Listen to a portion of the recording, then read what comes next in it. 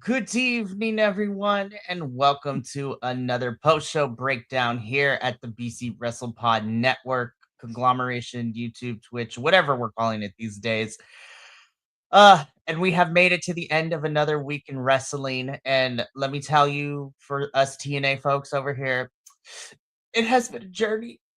Uh, Listen, it is no secret that for once in a blue moon, the internet wrestling community had all agreed on something, and that AMC debut of TNA was dog doo doo. It was Mm-hmm. garbage, mama. It was so bad. And so going into Genesis, I'm just like, well, the bar is in hell, so I'm just like, you really can't go worse.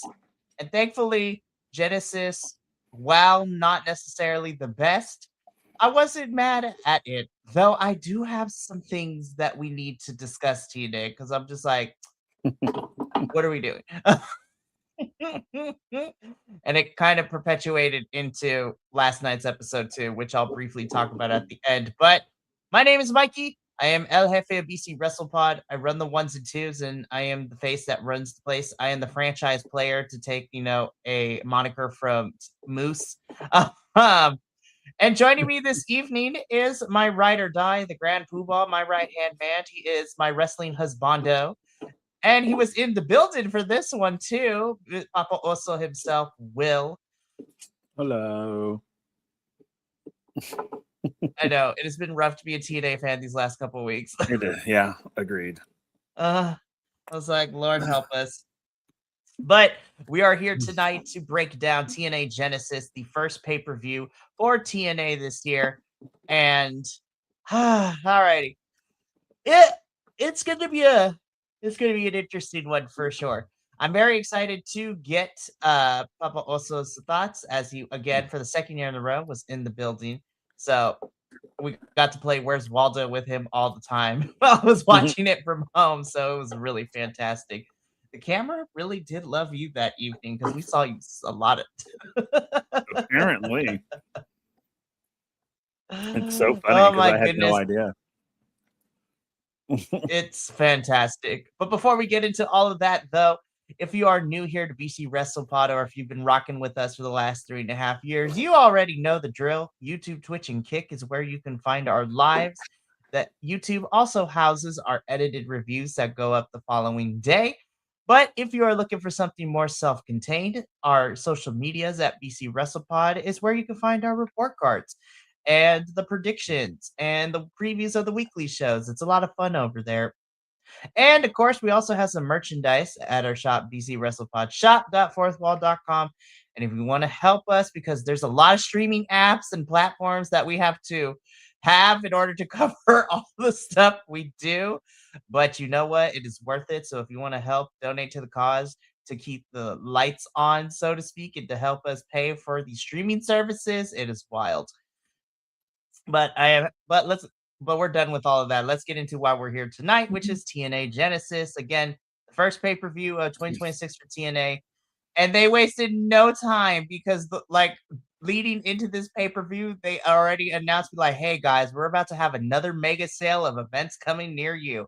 And so I'm going to talk more in depth about it at the end of the show, but Genesis is just the start because TNA also announced No Surrender for February and Sacrifice for March. So I'm like, all righty, here we go.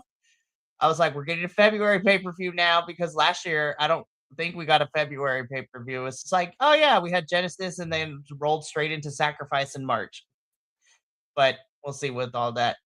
All righty, we are here to talk about Genesis. Let's talk about this pre-show because we did have two matches on the pre-show. We're going to start with our TNA International Championship match in a fatal four-way. The reason why, because Santino was being petty and he wanted to get some revenge on Stax and by proxy Ariana Grayson's whole debacle too. So Stax had to defend his TNA International Championship. Mind you, NXT's Stax had to defend the TNA International Championship against Eric Young, BDE, and a one Mr. KJ Orso, who shout out to KJ. I love you so much, my little independent wrestling darling. I love KJ. I'm biased. He was great. So I'm just sitting here and I was just like, Santino, I love the pettiness, but let's be so for real. I looked at this field and I was like, yeah, Stacks is going to keep it. Yeah, we all knew it. We all knew it. There was no surprise. No, listen, Eric Young's character right now has me questioning a lot of things. I was kind of surprised to see how not involved in his match Yeah. he was for like a good chunk of it. I was just like, he's just there. I was just like, we could have just had a triple threat, honestly. Because I Yeah. was like, Eric Young's not doing anything. What is happening? I don't even really know why he was in this. I don't either. Like BDE, I'm like, okay, he's the new signee. He's one of the younger guys. Makes sense. KJ Orso is in Texas. So I was just like, TNA loves to feature, independent wrestlers in the towns that they're in. So love KJ. But Eric Young, you are an anomaly to me for this match. Yeah. And can I just say that this match was okay. It belonged where it was, but Spoiler alert, we're gonna be saying that a lot this episode. yeah, we really are. And but I will have to say that it was so gross. Yeah, it was Stax and Ariana. They were so gross. And it's way worse in person. Oh, it was so Way hard to worse. watch on TV, but I can only imagine in person watching them make out. It's so gross. Down with love. No, I'm just kidding. Well, it's so funny because it's like, well, that's, okay. We know you're a real couple, but guys, Yeah. do we really got to see you make out every 5 seconds on my TV screen? I mean, I'm not a big PDA person anyway, so it was gross. Everyone was just like, please go away. Yeah. There were some highlights for me in this match, though. I really do like BDE and the energy he brings to this. He brought to this match. I mean, just again, the moves and the maneuvers he was doing. I really love the cutter where he jumped off the ropes to kind of give him that bounce and then hit the cutter, which is a lot of fun. That's one of my favorite spots right now. But dang, man, I'm just like, yeah, Stacks, you're gonna keep this title, and we're gonna have to deal. We're gonna have to deal with it. Not just here, we have to deal with it in NXT too. Yeah, the funny thing, but the sad thing about this match is it was, I mean, BDE and KJ and Eric, I mean, they were there, but you could tell that this was a Stacks match. Because he was like constantly center of everything. And it was sort of like everybody against him. And I was just like, okay. But I was just literally, I was like, I don't understand the purpose of this match. One, I mean, like I said, it wasn't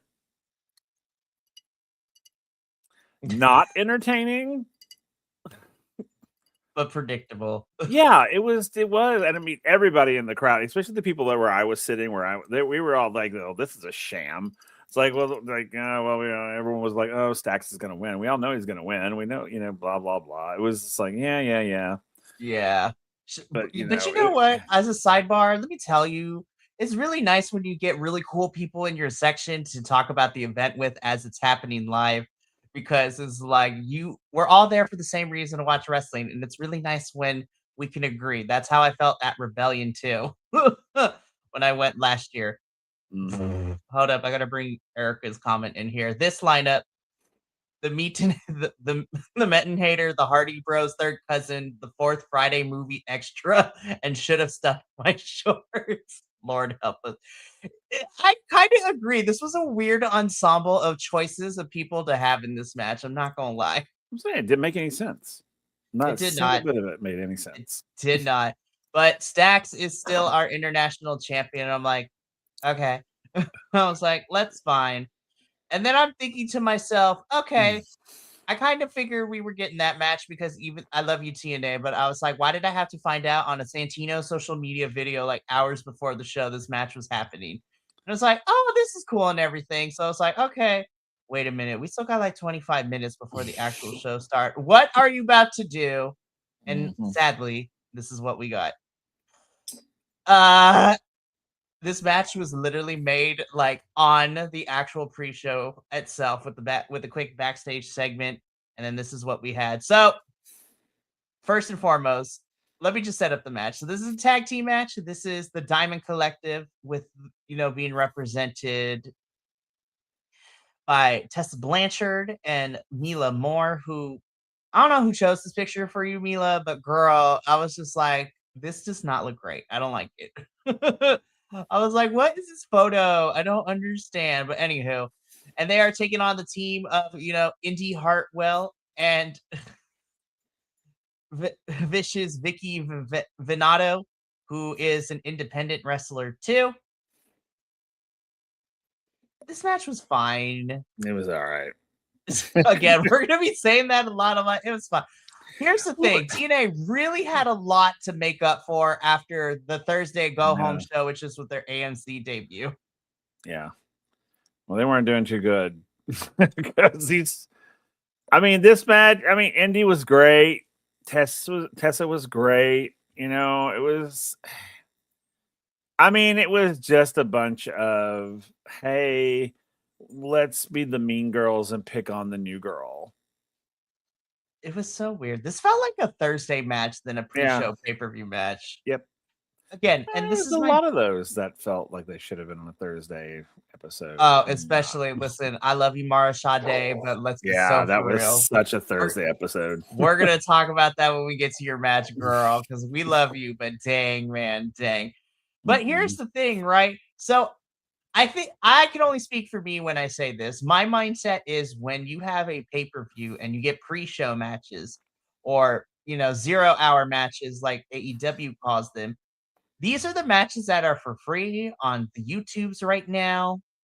And I'm just sitting here and I'm just like, y'all got to make me want to watch that main card show. I'm already paying for all these subscriptions anyways, but so I'm going to watch it because, we run a podcasting network. But at the same time, if I'm just a casual person, I'm just like, oh, I want to check out TNA. Oh, they got the free matches for the pre-show. Let's take a look. I'm going to be so for real. If I was any other random person, if it wasn't, unless I had a connection with the Hardys, because the Hardys always are the selling point, because a lot of people know who the Hardys are and they're still wrestling. Yeah. So that's a big selling point. But if I was just a casual watching TNA, I'd be like, I don't know if I want to pay for the full card, you guys. Like, it's not speaking to me. Yeah, this match didn't do any good for anybody in it. No, it did not. Nothing whatsoever.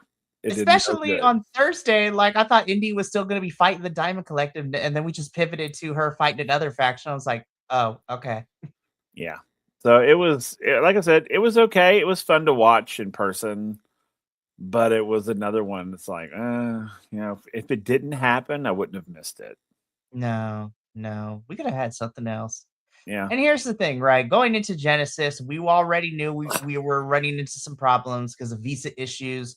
Our X Division champion could not be here to do the triple threat match for the title. And then our TNA Knockouts challenger couldn't be there. So, like on the show on Thursday, the AMC debut, we had to swerve and pivot and make some changes. So I was just like, ugh, all right, well, which like some changes, I was like, oh, okay, I like this. Others, I don't know if it was successful or not, but we'll talk about that. But the Diamond Collective pick up the victory over Vicious Vicky Venato and Indy Hartwell. So, yay, I guess. I will say, though, shout out to Tessa Blanchard, her and her longtime boyfriend, CMLL Luchador Esfinge, proposed to her. So they are to be engaged to get married. So down with love. No, I'm just kidding. No, we love it. I was just like, we love, and shout out to the happy couple. There was a lot of engagements in the wrestling world that happened over New Year's Eve and New Year's Day. It was so much to keep up with. Which goes to tell you, that's how long Tessa has been missing from TNA television. And I was just like, she popped up for the pre-show and then poof, she's gone again. Which I'm gonna be so for real. I'm not mad at that. Nope. I do need Robert Stone to go away. I was like, when he plays the heel, I'm like, God, you're annoying. I know it's your job, but God, you're annoying. And we can only have one annoying like manager character, and that is the Iceman for the concierge for the Yeah. Elegance brand. There can only be one. Yep. Agreed. Alrighty. I will say though, it was really nice to see Ash on commentary. Like Mm-hmm. during the pre-show, I was like, "Oh my gosh, she's a babyface. I'm kind of here for babyface Ash." Not gonna lie. Oh, but girl, we gonna talk about it at the end though, because like she got in the ring and did some stuff on Thursday. I was like, oh, "Are we mounting a comeback? Let's go!" Seriously. Like, yes, please. Please, we love you, Ash. We love you. Alrighty. When your character isn't threatening, just annoying. Yeah, that's how the Diamond Collective is, honestly. I was just like, they're just annoying, not threatening. Alrighty, that is the pre-show. So now let's get into the nuts and bolts of this, the Mhm. rest of this breakdown. So let's get into the main card. I'm gonna put this out here now because I don't want to keep bringing it up. But TNA, we made some choices in the order of matches we got because I was just like, huh? They made some weird choices of where we put certain matches. And again, I don't work for TNA. I'm not one of the backstage people, but in my opinion, you have to try to navigate the card and make it build so the energy will continue to rise. We have a bunch of dips and values and placements of matches that, now that we got through it all, I'm like, yeah, nope, yep, this sums it up perfectly. Ladies and gentlemen, get ready for a night of meh. There was some really good stuff, but at the same time, I wouldn't say it was a night of meh. I would say the overall pay-per-view was okay, but there was some damn good stuff happening. the And highs it were the highs and the and it may lows have been were because really I was live and I was sitting there, and maybe Mhm. that's the energy's just different. But I mean, I wouldn't say it was meh. I would have said that, and now I will say that it was not as good as last year. Last year was way Top better. notch. It was so good last And I year. think the problem with this one is the placement of matches. If they had put the matches in different places, like the whole shot, like that whole match with her and what's his name, Ryan Nemeth. thank you, Ryan. I mean that should have been, honestly, that should have been a pre-show. That should have been a pre-show match, but For real. um um but yeah, I think it was pretty good actually. I mean, like I said, it wasn't like it wasn't last year. It wasn't last year because last year was off the hook. Mhm. But I paid good money to go and sit in that arena, and it was worth the money I paid. Yeah. Sometimes being So there live is definitely different, but I the highs were highs for me though, because there are some really good matches here. Like this first one we're going to talk about, I was pleasantly surprised of how much I really enjoyed this yeah, match. I didn't hate it. I I did not either. So the opening up, we have AJ Francis versus Rich Homie Swan. So of course, the I will say this: however we feel about AJ Francis and his character, like putting that aside, I'm actually very upset for him and Rich because their feuds, the build to this feud has been nothing but like social media, like digital exclusives. Like we didn't get the full story. I was like, TNA, what are we doing? I was like, listen, I was just like, this actually had a story going into it, and the only build that you did was through the quote unquote digital exclusives. I'm like, why are we doing this? Why is this not on my TV screen? Like, but that's beside the point. But getting into the match itself, I was really pleasantly surprised of how Mhm, much I enjoyed this. I think whatever you say, I think TNA has probably their best heel in AJ Francis right mhm. now, given the state of the roster after everything. So I'm kind of like, you should probably start doing some more stuff with AJ since he really is your like true heel. And Rich coming out with his old gimmick of him dancing with the ladies at the beginning had me cracking up. I was like, "Oh, Rich, I have missed you in this version." But damn, this is some really solid wrestling. AJ Francis doing some really cool stuff. Rich Swan pulling out. There was a lot of near falls. I had a good time with this one. Mhm. Oh, I did too. I didn't hate it. And usually anything AJ Francis is in, I usually hate. And I didn't hate this at all. I thought it was pretty good. And I think it's because to me it felt like a revenge story, you know. Because I mean, AJ he was treating Rich like shit, and this was sort of, even though Rich didn't win the match, it was still he gave AJ a whooping, and the crowd was all on Rich's side, all on his side. It was great. It really was. And I mean, so on the one hand, at first I wasn't too happy that we're running it back again next week and for AJ versus Rich Swann again. But this time it's a no holds bar, which essentially is no DQ. So it's like, okay, let's see how we do. And I'm like, Rich better win this one. Well, isn't this the third one? Isn't this their third match? Because didn't they have another one before Genesis? I don't think no, they haven't. Oh, so it's possible we could see this at least 2 more times. That's true. The rule of 3, man. The rule of 3. But as Papa also said, AJ Francis with 2 down payments, which is the finisher for AJ on Rich Swann for the win.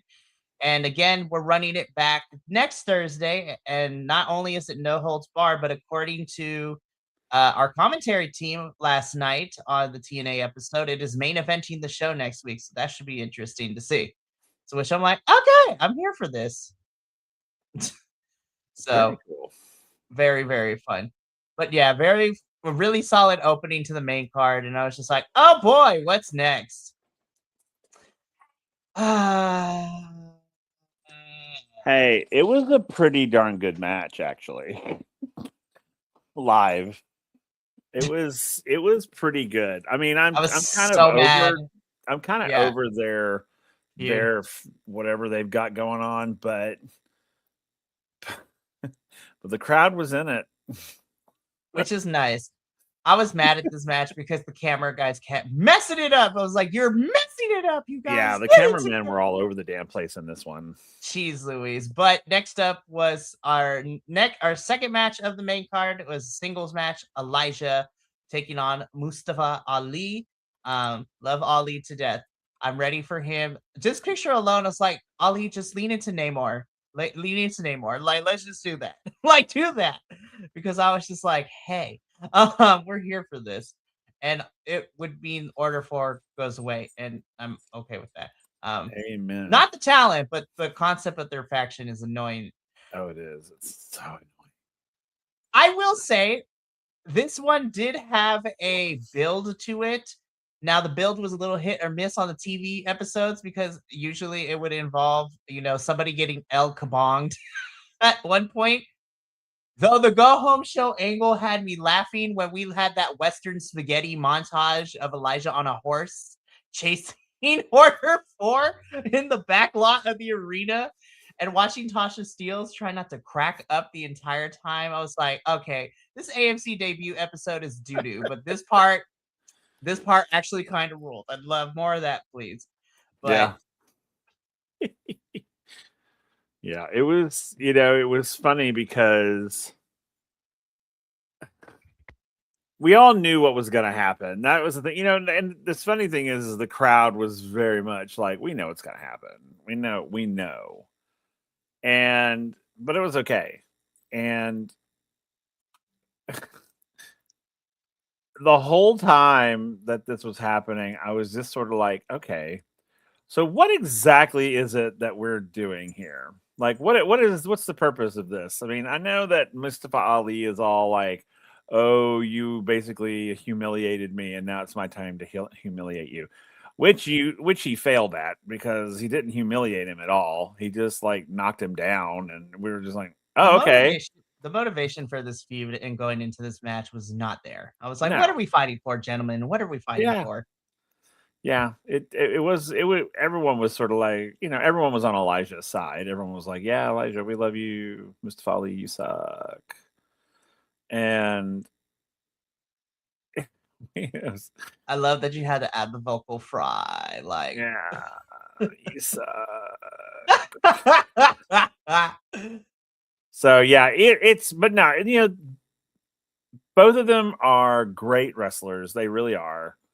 I just don't think this feud is developed enough. Like, honestly, I mean, they've had a few interactions with each other, and then there was the big thing in El Paso, and then there was this. But I'm just like, I don't really know what their beef with each other is. No, and unfortunately, we're running it back again because I was just like, hold up. I was just like, we just had Elijah and the Hardys take on, Yeah. so, and I was just like, whatever, man. So we're running it back, but Ali does pick up the victory here, and I'm gonna be completely honest. When me and other Will did the predictions, I was like, Ali kind of has to win this one because of where we ended 2025 with Ali. It was not in great position for him in order for. So I'm like, Ali needed to win this one. But since we're gonna continue on with this feud, Elijah's probably gonna win the second one, and then who knows who's gonna win the last one. But I'm like, give me a monster's ball, darn it. TNA, pull the trigger. Let's do it. Well, technically, this was the second one. That is very true. So now the third one, I was like, all right, let's see what we're doing. I mean, no surrenders coming up in Tennessee, Yeah. so let's see what So maybe happens. that's what this will end. Yeah. It's like, the thing I've noticed about Ali recently is that him and his little group, they're like picking fights with everybody. I was And just like, there's no focus. everybody's picking fights with everyone. And I was like, guys, we need to focus. Like, you can have beef with everybody, but let's focus at one beef at a time. But Yeah, I mean, that it's and let's play it out a little bit. Let's create a story behind it. As opposed to I just don't like you. Like, okay. Well, I mean, okay. Boring, but all right. That's what you want to do. So, right. yeah. This whole beef with each other makes no sense to me. Yeah. Thanks to some interference from Tasha Steeles and order for Ali picks up the victory over Elijah, we are not quite done with this feud. So we will be keeping tabs on this as this feud develops. Ah. The point of sports entertainment is to be entertaining. Mission failed. Probably the feud for this one has been it's not the worst thing I've seen. But yeah. Alrighty, we're gonna move on to our third match of the card though, because I was very surprised that we put this towards the front half of the show, not even on front. So this is the final dance. This is the retirement match for JDC taking on his homie and friend of 20 plus years, Mr. Eddie Edwards here. I like this match because of all the homages to different wrestlers in TNA's history that they were paying homage to.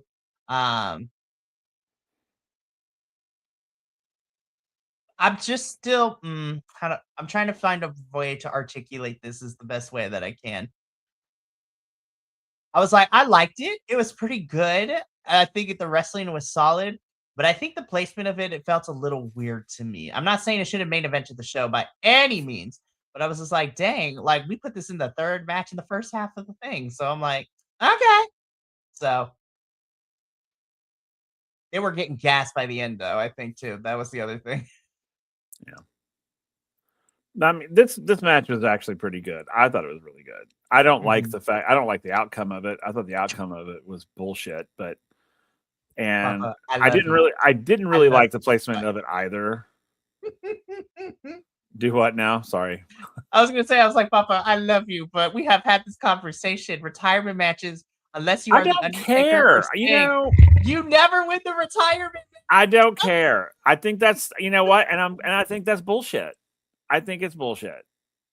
Now, if it's someone who I think the wrestler should have the choice. I think the wrestler should have the choice. Like, do you want to go out as a winner, or do you want to go out like, oh, I got destroyed? And people are going to choose to get destroyed. But I mean, you don't come on and create this whole video package of his career Get the audience completely empathically and on his side, emotionally on his side, and then have him lose. It's like introducing that one character at the beginning of the show. You put him through all kinds of hell, and then you kill him at the end.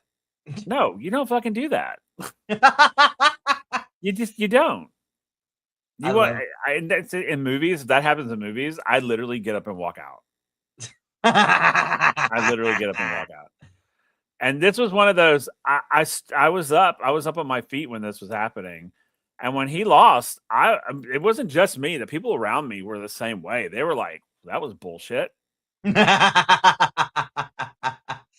Oh man, I love it when I get to poke the bear, metaphorically and physically too. With this one, no, I get you. I'm just giving you a hard time.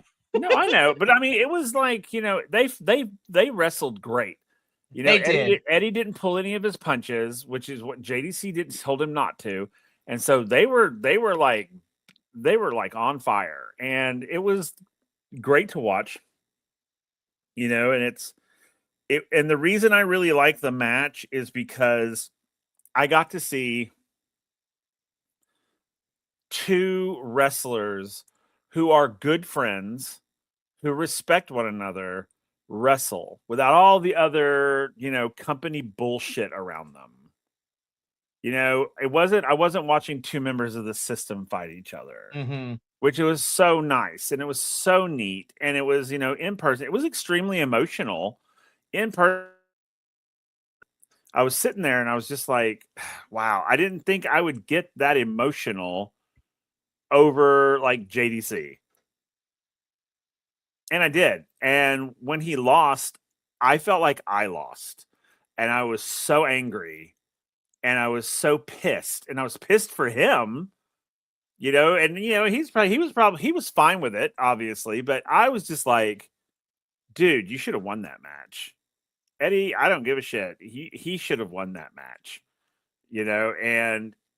And I get it. It's funny because I was talking to there was a guy sitting in front of me. It was these three guys that were together, and we were chit chatting about it between matches, and then I kind of came to I still think it's bullshit, but I came to the okayness of it. It's like, at least it was Eddie Edwards that beat him, and it wasn't some random person. It's like. So I was like, okay, I can take some solace from that. That at least it was like his friend that beat him. But I still was like, I was still bullshit. Because JDC he was wrestling his ass off. And I'm like, and there were moments where I'm like, yeah, you're showing Eddie up. I was like, yeah, I just, two vets of the industry going at it. Yeah. They've been wrestling for like 20 plus years at this point. But we had a brief Shawn Michaels, Ric Flair moment. It's like, I'm sorry, I love you. Boston knee party. Eddie wins the match, retires JDC. JDC, thanks the crowd. He goes around the crowd, hugs, our commentators and, our doc. And then goes up the ramp with, the baby faces of TNA on there celebrating him. Is like, did a one final goodbye and then, left. So it's just like, JDC, we thank you for your service in the professional wrestling world for the last 20 years. You have been a very fun character. And at least in TNA, you have been really fun to watch. You and Mike Santana still have my favorite match of yours when you were in TNA, where you were bleeding like crazy. So I loved it. So I was like, we had to say goodbye to JDC, but we go from that to this, and that's what I was so mad. I was so mad. I will absolutely admit that this was a crap match. This was garbage. I was just like, I'm gonna be so for real. As much as the 4-way for the international championship was kind of like cool and okay, I would have swapped that match with this one. Put the international championship on the main card, and this should have been on the pre-show. Because what was this? What purpose did it serve if Mara Sade was not going to win? I don't understand. It served no purpose whatsoever. I literally was just like, what are we doing? I was just like, I will admit, watching Mara Sade super kick Ryan Nemeth leading into this match in their backstage vignettes over the last couple weeks has been fantastic. Yeah. I'm mad that Ryan Nemeth won. I know in wrestling writing, it makes sense because he's been getting his butt handed to him by Mara the whole entire time.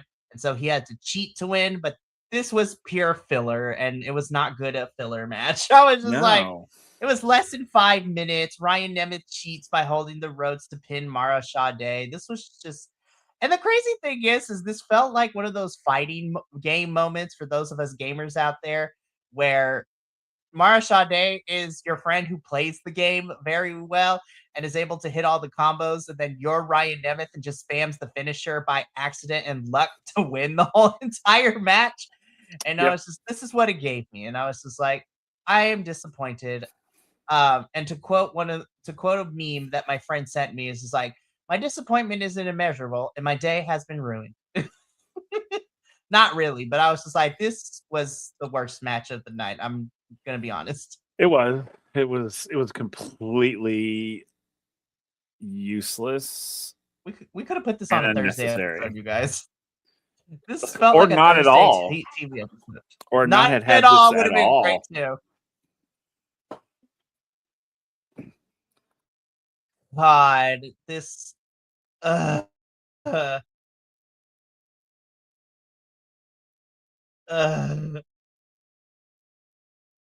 anywho. Yeah. Ryan Nemeth wins. Unfortunately. Yeah. Moving on.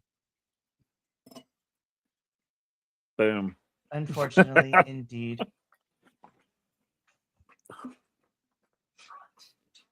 Then we got this one. And you froze on me.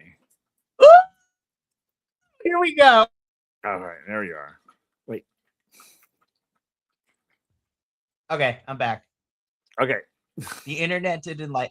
Okay, I was like, I pressed all the wrong buttons, but let's talk about this one. There we go. Because this was match of the night for me, and I'm pretty sure for you too.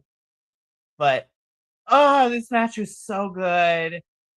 And I'm not just saying this because it's women's wrestling and we love women's wrestling in this household. But this for the TNA Knockouts World Championship, Liang Li, our champion, defending against NXT's Zarya. As we all know, this was originally supposed to be, our TNA talent, Dani Luna, in this spot for Zarya. But due to visa issues, she is still stuck in the UK along with our TNA X Division champion, Leon Slater. And so on the Go Home show, we got NXT sending over Sol Ruka and Zarya. With Sol Ruka, having Zarya take the opportunity to fight in this match. And listen, this was one of the smartest decisions TNA could make with these visa issues because you had Dani Luna, who is one meat muffin, and you substitute her in for Zarya, who is another meat muffin, and you still got the same results. And my God, this is my favorite match of Genesis. And dare I say, I think this is probably the strongest match for Liang Li since being in TNA. This is probably Zarya's best match so far in her career, too, that we've seen her. Because she's had some really good matches, but this one was great. The only issue that I had with this match was the weird placement of the elegance. I was just like, they did not need to be here because I'm going to be so for real. When they came out and started causing problems, I was like, oh God, is Zarya about to win due to shenanigans? I was like, no, but thank God, because I was just like, listen, we already went through that chapter of NXT holding the TNA Knockouts title, and we just got it back. Please don't send it back over to NXT, never again. But other than the elegance is running interference for some odd reason, my God, what a match! This match was electric. I mean, the crowd was insane. It was insane. And let me tell you how impressively intimidating Zarya is in real life. God, she is a beast. Like when she came walking down that ramp, and I'm literally 1 seat away from the ramp where I was at. And so I mean, she was very close to me. And I was just like, damn, she is a huge woman, like tall and broad. She is your dummy mommy. And I was just like, wow. And then it's so funny because then Liang Li is so small. Mm-hmm. It was like David and Goliath out there. I mean, it really was. But man, yeah, this match was this. I stood through this whole match. I think, I think most of us did. It was so good. It was so good. And and the Elegance brand, I mean, that was fine and all. I mean, they for the most part they just stood there and stared at everybody. Right, But because they were observing Zarya and Sol because, prior to this, a couple days later, there would be a triple threat match on NXT. Check out that review from Tuesday. right, Because we were determining who would fight the Elegance brand girls for the Knockouts tag titles, and lo and behold, it's going to be Zarya and Sol, so that should be fun. yeah. But prior to that, they were scouting out the competition, and then they decided to make themselves known. I'm like, no shenanigans in this match. I didn't think there were going to be any shenanigans. I it didn't have that feel. It was so funny because, they stepped out. For the most part, most people didn't even notice they had stepped out. Until the people across from us were like, "Oh no," and we're like, "What?" And we turned and they were there, and I was like, "Oh, okay." But it didn't have that feel. The energy wasn't in the air, so it's like, okay, so either they're just standing there to try to intimidate, or throw someone off their game. But I didn't feel like I did not feel that Zarya was gonna win at all. I was like, there's no way Zarya's winning this title. Liang Li is gonna retain it. No matter what, something's good. Whether they. Then I was thinking whether they interfere or not. There's no way Liang Li is not walking out with this title. And so yeah, and she did, and it was so good. It was so good. And Zarya is so great. It's one of those. Man, talk about a great human being. It's like she was so. For the most part, she was so graceful. Like shaking hands and doing all that. It was really good. I mean, I really enjoyed. This was my match of the night for sure. I'm telling you, there's something in the water over there in Australia, because across all the promotions we have, the major promotions we cover here in the States, all the Australian talent that have been signed there, like they are the most intimidating mofos that you can think of, especially in the women's side of things. And then they are the sweetest people in real life too. Like I was just Right. like, Australia, I don't mess with your wildlife, but you know what? Thank you for creating amazing Australian wrestlers and characters and people, because they are fantastic and we love them. And I mean, we're gonna see more of Zarya and Soul in TNA, or at least around the TNA talent, because they are, after this Tuesday, #1 contenders for the TNA Knockouts Championship. So we're gonna continue to follow that feud when we get there. But we got a show to keep going. Honestly, I think this is probably we still have a week to go, but I think I'm declaring this as my favorite TNA match of January. Which is really, Yeah. I will say Bear versus Frankie is a close second for me, because that match was also really good. Yeah, this was good. This was banging.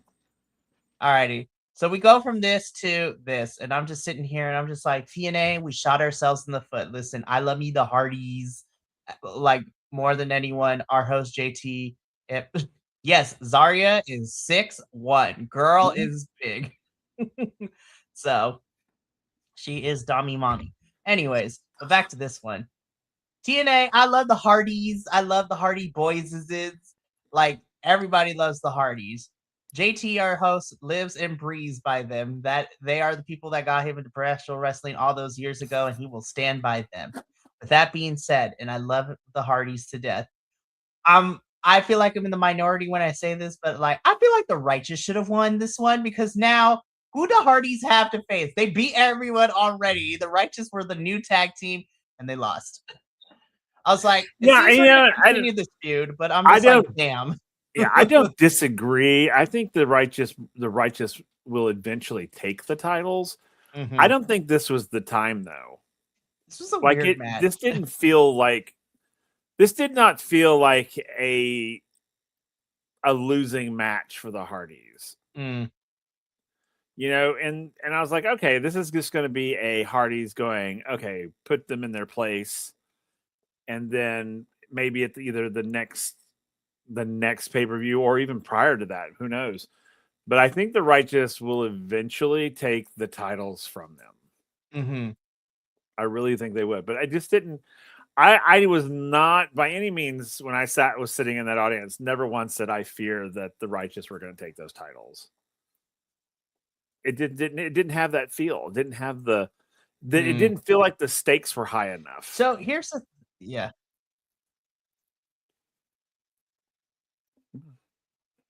the building, but when I was watching it from home, this match felt a little off to me in the sense was, I mean, of course, you know, there was that one spot where Jeff rolled out of the ring and then they had to like roll Matt all the way to the other side to get the pin for the, you know, I was like, Jeffrey, what are we doing? Why are we on the wrong side of the ring, my guy?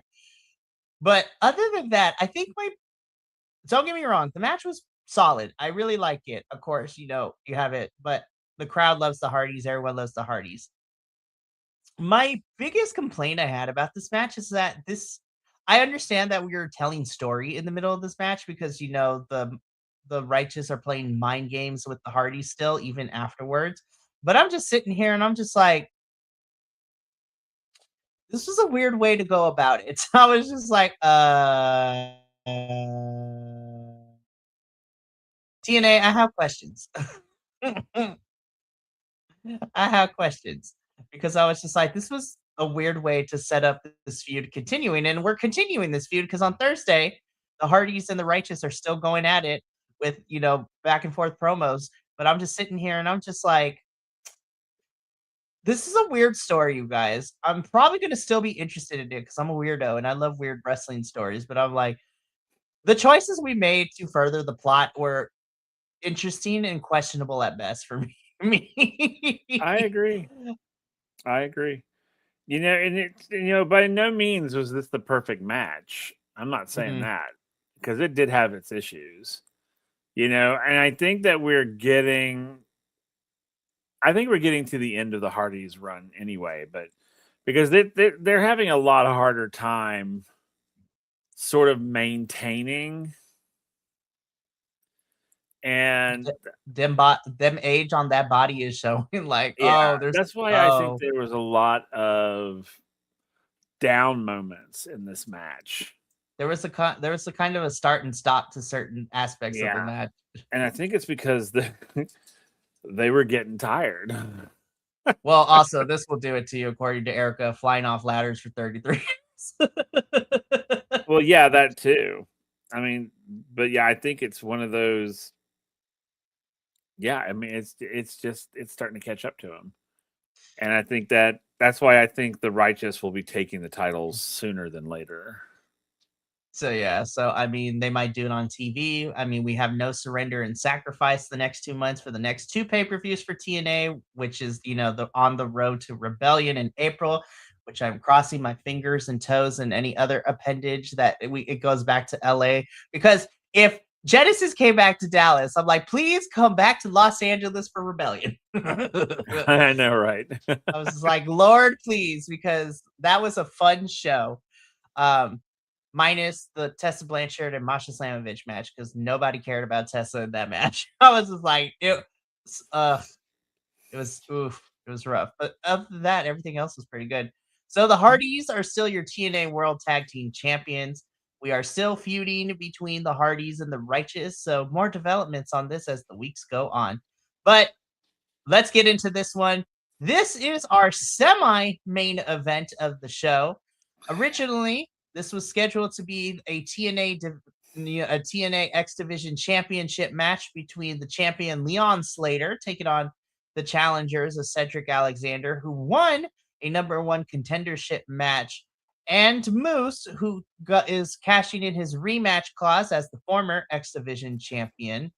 But because of visa issues, which again, TNA, you had a whole month to figure that out from the tapings back in December after Final Resolution. But I'm not the backstage person. Leon Slater couldn't be here to defend the title, though he did promise he would still fight Cedric and Moose and give them the opportunity for the X Division Championship when he came back. So because of this, TNA had to make some decisions, and then this ended up just becoming a regular triple threat match just because with Cedric and Moose still being here, but tagging in for Leon Slater is NXT's newest signee star, and back in TNA after being gone for less than 30 days, Mr. Joseph Hendry is in the building. Which, of course, I know Papa also was very happy to see him. Yep. In more ways than one. Yep. And the biggest thing about this is that this match shouldn't have happened. The minute your X Division champion couldn't be there, they should have just scrapped this whole match. Because, I mean, like I said, they're going to do it again. They're going to basically do the match anyway. So why even do this? I mean, I enjoyed watching it because all three of these guys are top notch. They're like top tier. And it was great. But because they had to change everything, then it became this really weird, like Moose got injured at basically the top of the match.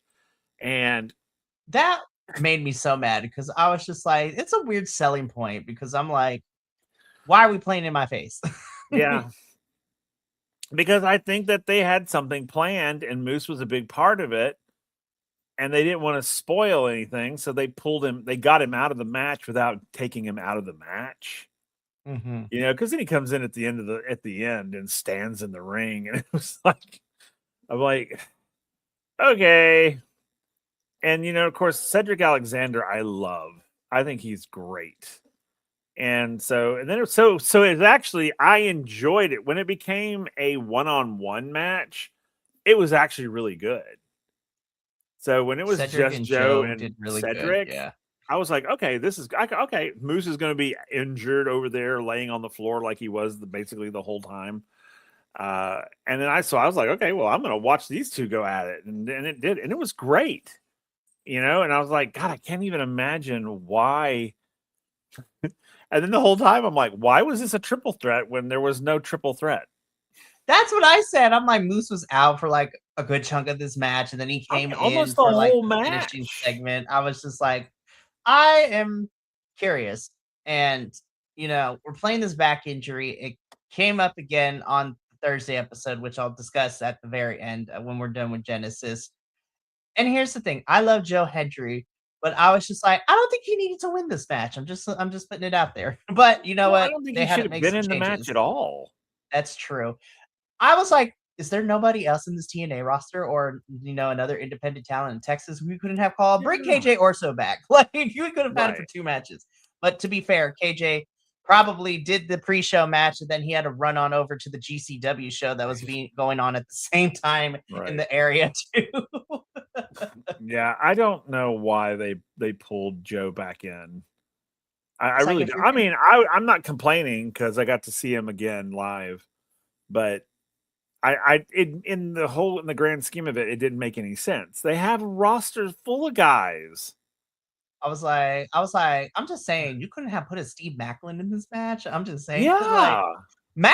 Okay, let's talk about this real quick. Macklin was not even on the Genesis show whatsoever, either in a match, in a backstage, like or nothing. I'm like, not mentioned at all. I was like, Steven, where'd you go? What happened? Yeah. I was like, you could have put a Steve Macklin in here. Yeah, oh my God. I mean, there's so many they could have just, Yeah, it was weird. It wasn't a horrible match. I don't think it was semi-main event worthy. But I would have put Zarya and Liang Li here. Oh, me too. I would have put the women's here for sure. Like, above, and yeah, absolutely. And I just is like, I mean, honestly and truly, you could have thrown like Brian Myers in this damn thing. Like, Honestly, it could have been Moose Bryan against Cedric, or I don't know. This was just, yeah. Yeah. Again, like I said, Joe Hendry pinned Cedric Alexander for the win. Uh, no, Steve lost his luggage in Houston layover. It was really weird. And then Steve Macklin showing up on Thursday too, which I'm going to talk about again because I'm worried for our lockjaw McGraw boy Steve Macklin, which we're going to get into in a little bit. But again, Joe Hendry pinning Cedric Alexander wins and ride off to the sunset back to the PC Center in Florida for NXT.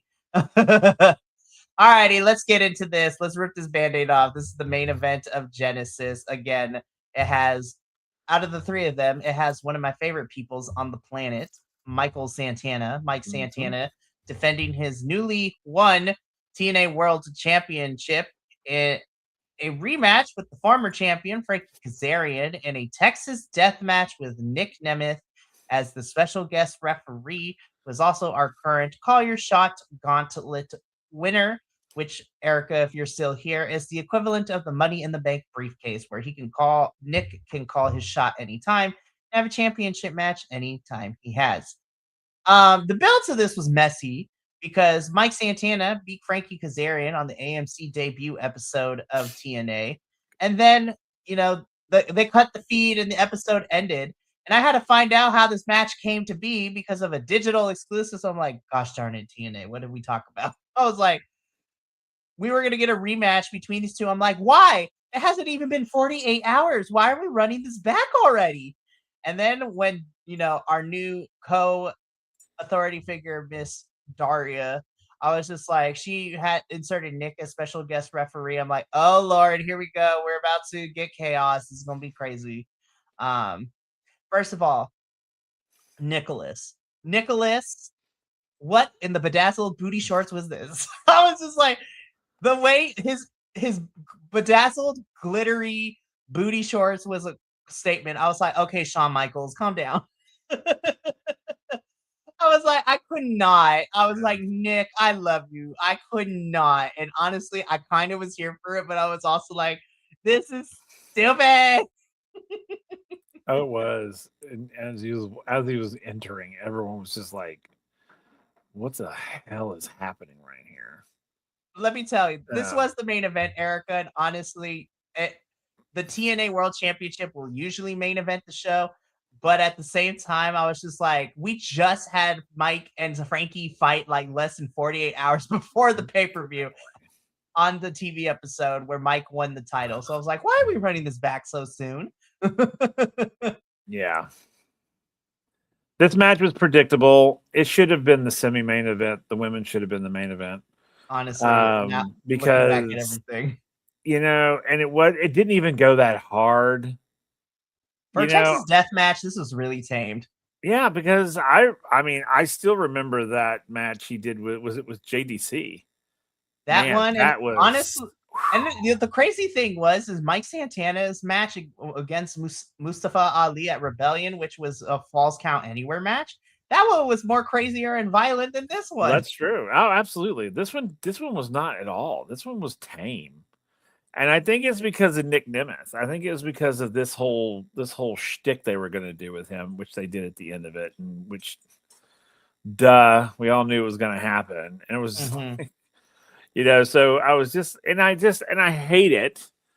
I hated it. I didn't hate the match. I just hated the concept of the match because it took away from Mike.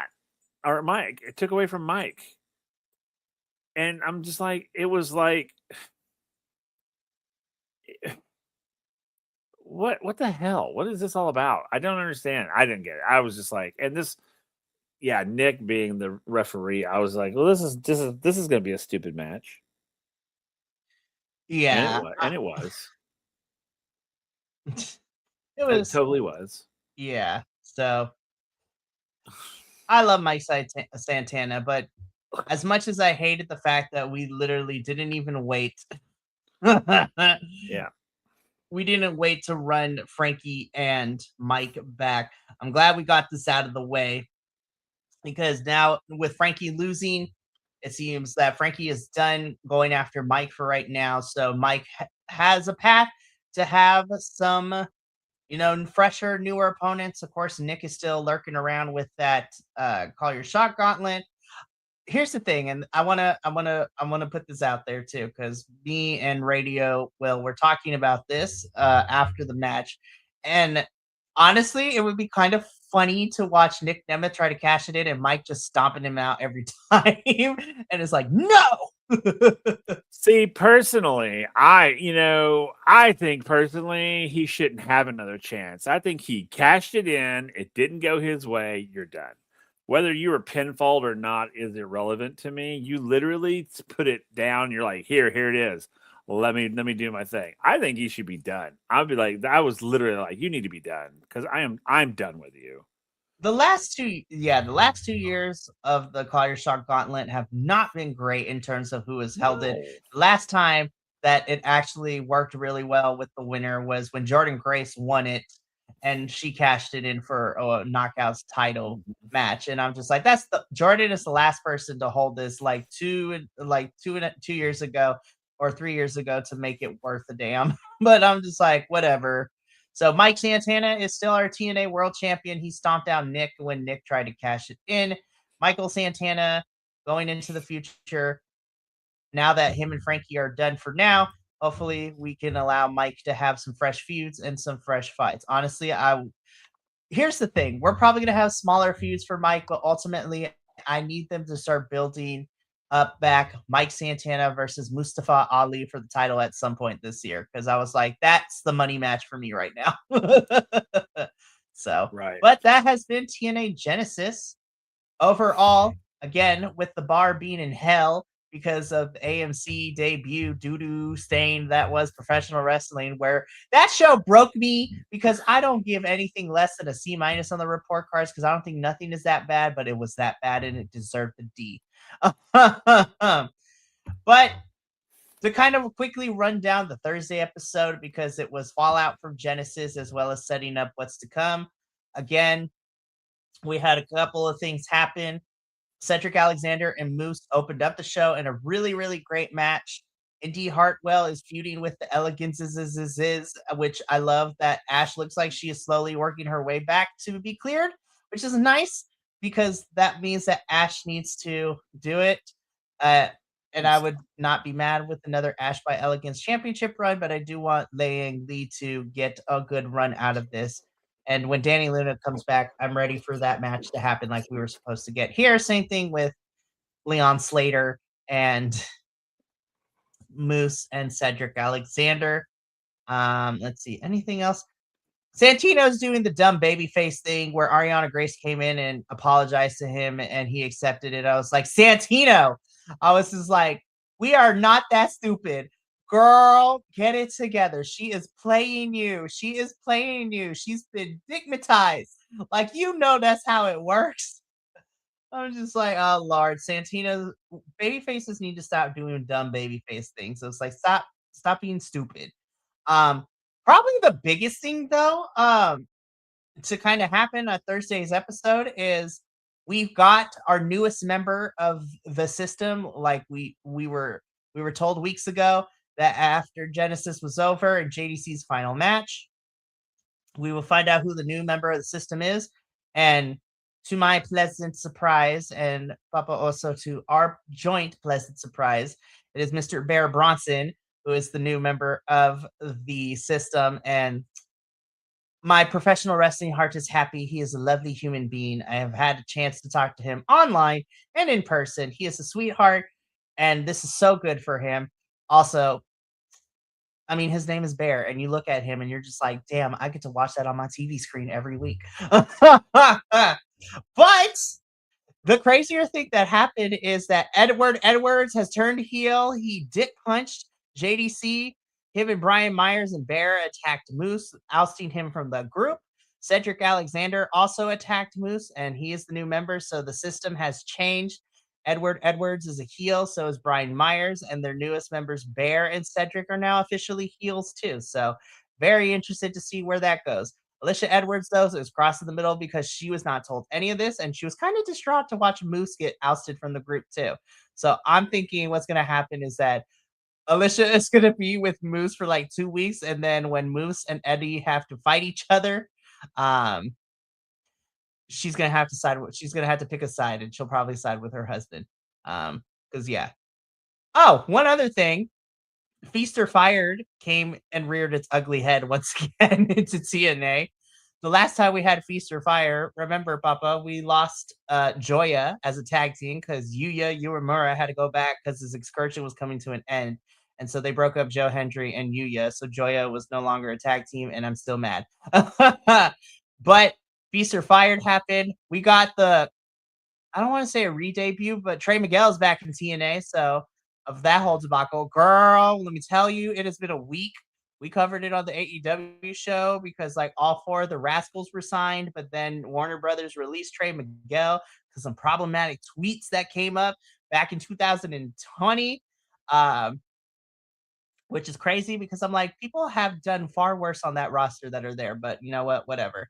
So Trey Miguel is here. We had Feaster fired, where in 3 out of the 4 briefcases were championship opportunities. One is a pink slip, and the 4 people that got it were Eric Young, Steve Macklin, Trey Miguel, and who am I missing? Trey Macklin, Eric. God, why am I blanking on the last person to get it? Flip. You know what? Hang on. Let me look at my notes. I'm just sitting here and I was just like, I feel dumb. Why I can't remember. It's been a day, you guys. All right. Edward Edwards. How can I forget?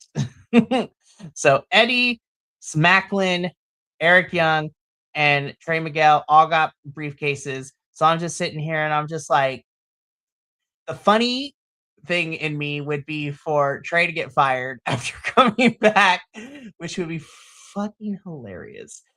But that would only be okay with that if that means be like, hey, you're here for a week, but hey, AEW is going to sign you anyway, so go there. But now I'm worried because if we eliminate Trey from the conversation of like who really could it be, Papa, I'm worried because I'm like, I don't like the pink slip going to Macklin.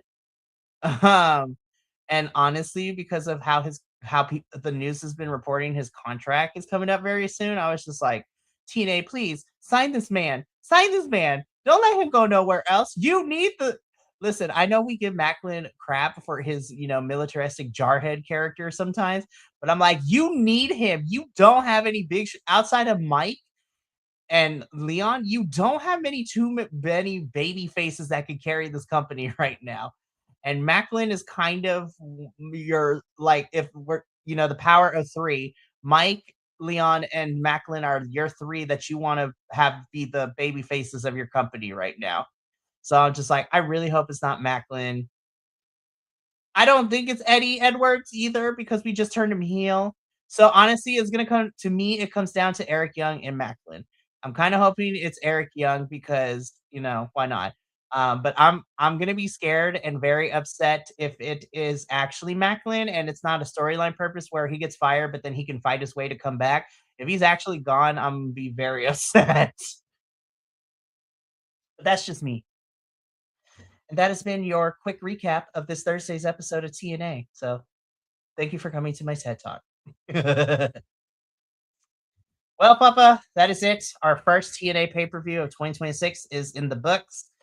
Again, it was not that hard to be better than the AMC debut episode. It really wasn't. But with the road to Rebellion now officially starting in April, whenever that is, we have to get through No Surrender and sacrifice the next 2 months to see where these storylines go. And of course, we will be here to cover all the highs, the lows, and the nasties in betweens of it all. But I would like to take this time to thank Papa Oso for being with me this evening. And I'm really happy that he had a good time watching Genesis in person. And hopefully that will be me with Rebellion in April. But it will be my turn very soon because I will be going to the AEW pay-per-view in March. So it's going to be fun. But that's it for us here tonight. And that's it for BC WrestlePod this week. We are done with the week. And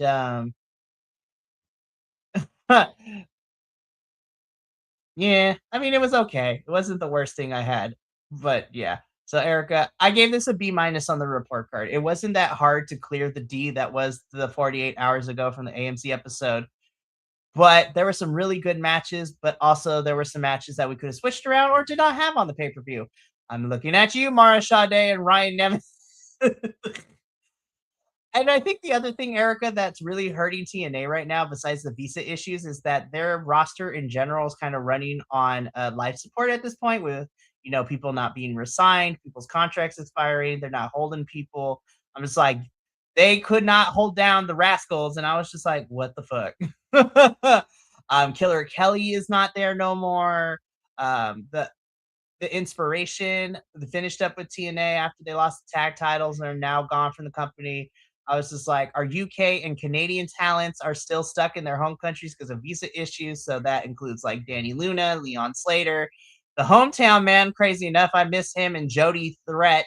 So I'm just sitting here. I was just like, TNA's on life support right now, and they gotta make do with what they have. So hopefully everything gets fixed, and then we can figure this crap out. Because like, God, we have 2 pay-per-views to get through in February and March, but that is it for us tonight. We still got a stacked week coming up next week. I have a full plate on my schedule, and it starts on Monday, where we have our Progress Wrestling review for In Darkest Day. Then, of course, AEW on Tuesday, NXT and CMLL on Wednesday. On Thursday, I will be doing a live watch along for MLW's Battle Riot. And then Friday, we will be here once again to talk about TNA. So, from all of us here at BC WrestlePod and the Six-Sided Scholars, our TNA pay-per-view squad, remember, take care of yourself, love one another, stay iconic, and more importantly than anything, you always deserve to finish your story. We will catch you next week for a fun week of post-show breakdowns. But until then, sayonara, adios, and until next time, peace.